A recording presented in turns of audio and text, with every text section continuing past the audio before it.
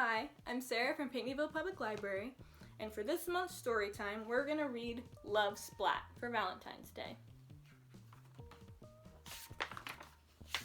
So let's go. Splat stared into the bathroom mirror. A worried Splat stared back, and his heart drummed and his tummy rumbled.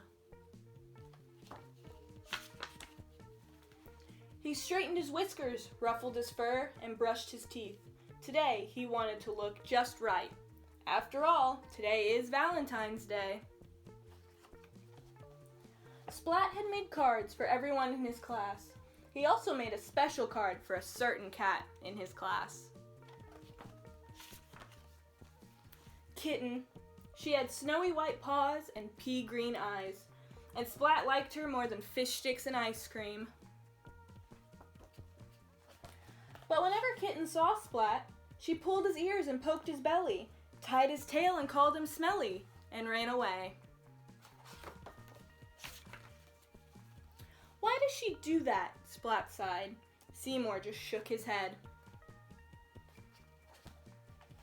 Splat practiced his smile one last time and left the bathroom. His family wished him a very good morning.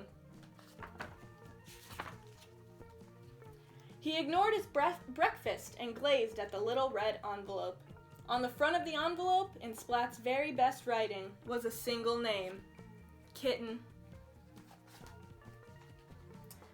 Splat tucked the envelope in his bag and left for school. His tummy rumbled loudly all the way.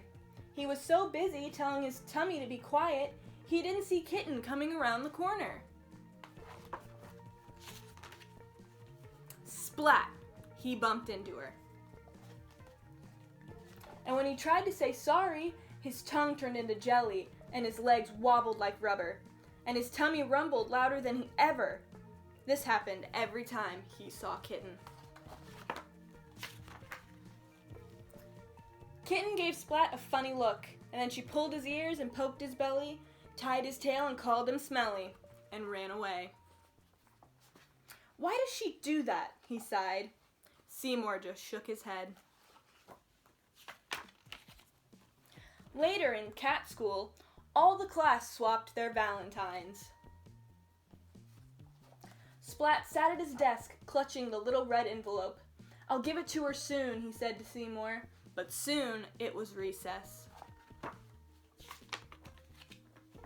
Splat sat quietly on the bench, still clutching the little red envelope. He didn't see the cat sneaking up behind him. "Boo!" cried Spike.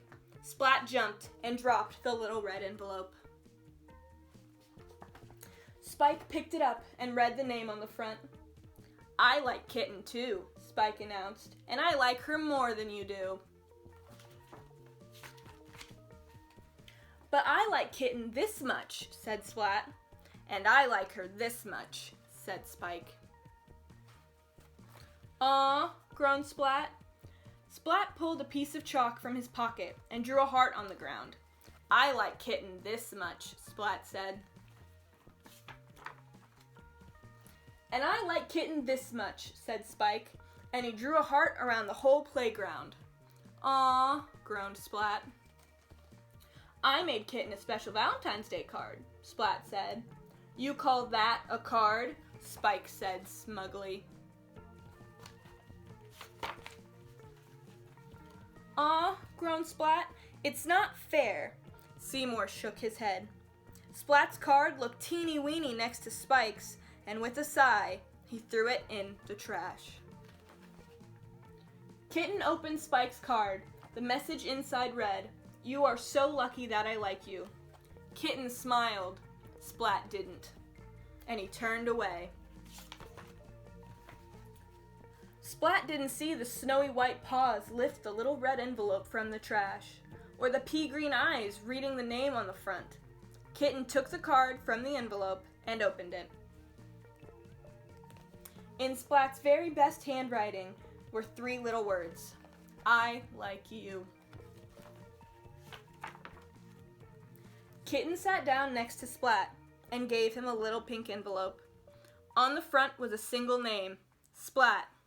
Splat opened the envelope. And on the card was a rhyme: Your fur is soft, and I like to stroke it. You make a silly noise in your belly when I poke it. Your tail's so bendy, it makes me laugh.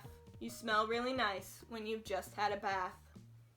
Inside the card, in Kitten's very best handwriting, were 3 little words.